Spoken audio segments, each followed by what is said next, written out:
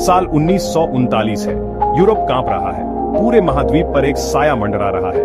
Adolf Hitler, एक ऐसा नाम जो डर के मारे फुसफुसाया जाता था, जल्द ही विरोध में चिल्लाया जाएगा। जन्म से ऑस्ट्रियाई यह आदमी जर्मनी की ताकत को कैसे कमांड करने लगा, उसके टेढ़े मेढ़े सपनों ने दुनिया को अराजकता में कैसे धकेल दिया। जब आप अतीत में दबे हुए हैं, एक ऐसे जीवन की कहानी में जो महत्वाकांक्षा से भरी और नफरत से प्रेरित थी। हिटलर का शुरुआती जीवन खास नहीं था। एक छोटे से ऑस्ट्रियाई शहर में जन्मे वह एक निराश कलाकार थे। Vienna academy of fine arts से रिजेक्ट होने के बाद वह बढ़ती नाराजगी पालते हुए भटकता रहा। इस कड़वाहट को युद्ध के बाद के ऑस्ट्रिया के बढ़ते राष्ट्रवादी आंदोलनों में एक रास्ता मिल गया। यहीं पर उसकी घृणित विचारधारा के बीज थे, अपनी विफलताओं के लिए दूसरों को दोष देना। महायुद्ध ने हिटलर को एक उद्देश्य दिया। वह जर्मन सेना में शामिल हो गया और बहादुरी से सेवा की। जर्मनी की हार ने उसे बहुत दुखी किया।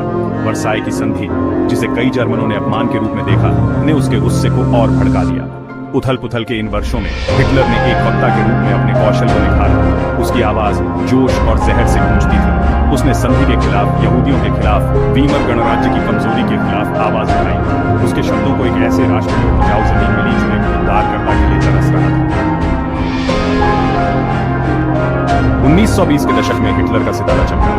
वह नई नाजी पार्टी में शामिल हो गया और जल्दी ही एक नेतृत्व की भूमिका संभाल ली। राष्ट्रवादी बयानबाजी और महानता के वादों से सजे उनके भाषणों ने बड़ी भीड़ को आकर्षित किया। उसने एक ऐसे राष्ट्र की चिंताओं का फायदा उठाया जो अभी भी हार और आर्थिक कठिनाई से जूझ रहा था। 1923 का बियर हॉल पुटश, म्यूनिक में सत्ता हथियाने का एक असफल प्रयास, केवल एक्शन करने वाले व्यक्ति के रूप में उसकी छवि को बढ़ाने का काम आया। पुटश में अपनी भूमिका के लिए जेल में बंद हिटलर ने इस समय का इस्तेमाल मीन कैंप, अपने राजनीतिक घोषणा पत्र को लिखने के लिए किया। इस बेतुकी, नफरत से भरी किताब ने उसके विकृत विश्व दृष्टि को उजागर किया। इसने नस्लीय शुद्धता, जर्मन प्रभुत्व, पूर्व में लेबेंसराम रहने की जगह की आवश्यकता के बारे में बात की। यह विजय और नरसंहार का खाका था। जेल से रिहा होने के बाद हिटलर ने महामंदी की अराजकता का फायदा उठाते हुए नाजी पार्टी का पुनर्निर्माण किया। जर्मनी आर्थिक निराशा की चपेट में था।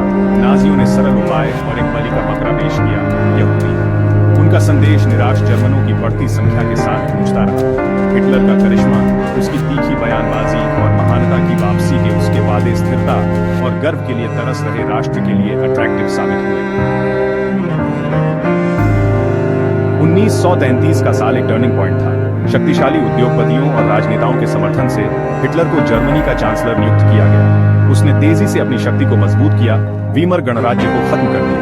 इनेबलिंग एक्ट ने उसे तानाशाही शक्तियां दी, जिससे लोकतंत्र समाप्त हो गया। हिटलर का शासन आतंक और दमन का था। राजनीतिक विरोधियों को चुप करा दिया गया, कैद कर लिया गया या उनकी हत्या कर दी गई। गेस्टापो ने समाज में डर पैदा कर दिया। यहूदियों को भेदभावपूर्ण कानूनों और हिंसा का शिकार बनाया गया। न्यूनबर्ग कानूनों ने उनकी नागरिकता छीन ली। हिटलर के अधीन जर्मनी एक बदला हुआ राष्ट्र था। पूर्ण शस्त्रीकरण से अर्थव्यवस्था जीवन थी। सार्वजनिक निर्माण परियोजनाओं में बेरोजगारी कम हुई। हिटलर और नए जर्मन बीच का महामंडल किया गया। प्रचार ने रेडियो और अखबारों पर कब्जा किया। अंतर्राष्ट्रीय मंच पर हिटलर ने पश्चिमी ताकतों की परीक्षा की। उसने जर्मनी को लीग ऑफ नेशंस से वापस ले लिया, राइनलैंड और ऑस्ट्रिया पर कब्जा कर लिया। आक्रामकता का तुष्टीकरण किया गया, जिससे उसका हौसला बढ़ गया। भाग 4, आग की लपटों में घिरा एक महाद्वीप। दुनिया ने डर के मारे देखा क्योंकि हिटलर की महत्वाकांक्षाएं बढ़ी। अब उसकी नजर चेकोस्लोवाकिया पर थी, जहां जर्मन भाषी लोगों की एक बड़ी आबादी थी। 1938 का म्यूनिक समझौता, युद्ध से बचने का एक बेताब प्रयास, सुडेटेनलैंड को जर्मनी को सौंप दिया। तुष्टीकरण के इस कृत्य ने केवल विजय के लिए हिटलर की भूख को बढ़ाया। 1 सितंबर 1939 को हिटलर ने पोलैंड पर अपनी युद्ध मशीन अनलीस्ट कर दी। इस आक्रमण ने द्वितीय विश्व युद्ध की शुरुआत को चिह्नित किया। नाजी ब्लिट्जक्रेग, टैंकों और हवाई शक्ति का एक बिजली युद्ध ने पोलिश सुरक्षा को खत्म कर दिया। हफ्तों के भीतर पोलैंड को कुचल दिया गया।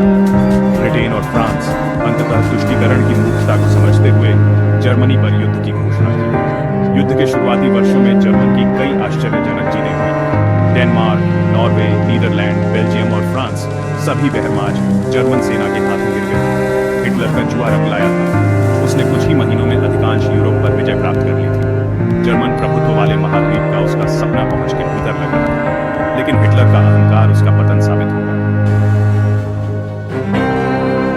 भाग 5, ज्वार पलट जाता है। जून 1941 में हिटलर ने अपना सबसे घातक फैसला लिया। अपने जनरलों की सलाह को नजरअंदाज करते हुए उसने सोवियत संघ पर आक्रमण का आदेश दिया। ऑपरेशन बारबरोसा, जैसा कि यह जाना जाता है, एक बहुत बड़ी गलती थी।